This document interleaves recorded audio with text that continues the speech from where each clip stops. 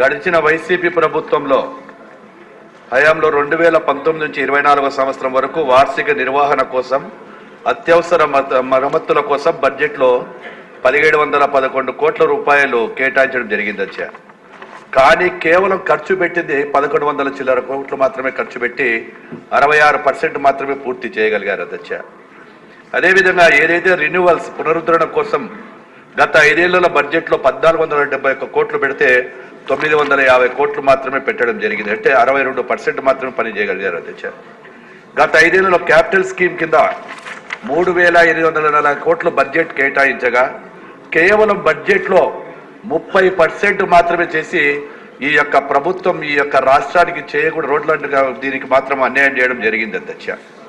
అదేవిధంగా ఏదైతే new development bank ద్వారా మనం తీసుకునేటువంటి ప్రాజెక్టులకు ఎన్డీబీ స్కీమ్లో 3014 కోట్ల వ్యయంతో 1244 కిలోమీటర్ల పొడవు విస్తరణ మరియు బలోపేతం చేసే పనులు చేపట్టడం జరిగింది అధ్యక్ష. దానికి గాను కేవలం 199 కోట్లకు మాత్రమే బిల్లులు చెల్లించడం జరిగింది. 3000 చెల్లించబడ్డాయి. ఇంకా 231 కోట్ల రూపాయల బిల్లులు పెండింగ్లో ఉన్నాయి అధ్యక్ష. ఈ స్కీమ్ నందు 70% న్యూ డెవలప్మెంట్ బ్యాంక్ రుణము మరియు మన రాష్ట్ర ప్రభుత్వం తరఫున 30% వాటా ఇవ్వవలసి ఉంది అధ్యక్ష. మే నెల 2022 నందు బ్యాంక్ వారు 232 కోట్ల రూపాయల నిధులు విడుదల చేశారు అధ్యక్ష.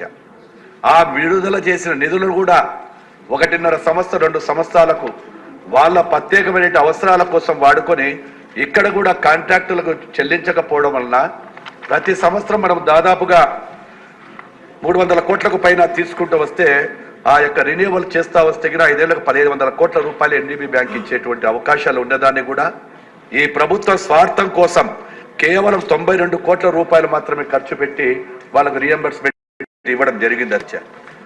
ఈ యొక్క 2023-24 సంవత్సరంలో 106 కోట్ల రూపాయలు కూడా మళ్ళీ ఖర్చు చేయడం జరిగింది అధ్యక్ష. అంటే ఇక్కడ కూడా ఏదైతే బ్యాంకులు ఎన్డీబీ బ్యాంకు కానీ ఇచ్చినటువంటి నిధులను కూడా ఈ యొక్క ప్రభుత్వం సద్వినియోగం చేసుకోవడం లేకపోవడం వలన ఈ రోజు మనకు ఈ రహదారులన్నీ కూడా ఈ పరిస్థితికి రావడానికి కారణమని కూడా మీకు తెలియజేస్తున్నాను అధ్యక్ష. బ్యాంకు వాటాకు చెల్లించిన వాటిని కూడా ఎన్నిసార్లు వారు బ్యాంకు వారు అడిగినప్పటికీ అప్పుడు ఉన్నటువంటి ప్రభుత్వం ఎటువంటి జవాబులు ఇవ్వకపోవడంతో ఈ యొక్క రాష్ట్రం మీద ఉండేటువంటి అభిప్రాయం కూడా చెడ్డ అభిప్రాయంతో వారు మీటింగ్లకు పిలిస్తే కూడా రాకుండా పోవడం జరిగింది అధ్యక్ష. కాబట్టి ఇందువల్ల ప్రాజెక్ట్ ఎన్డీపీ వర్క్ కింద చేసేటువంటి వర్కులు ఎక్కడికక్కడే నిలిచిపోయి ఈ రోజు రోడ్లు అధ్వాన స్థితికి రావడం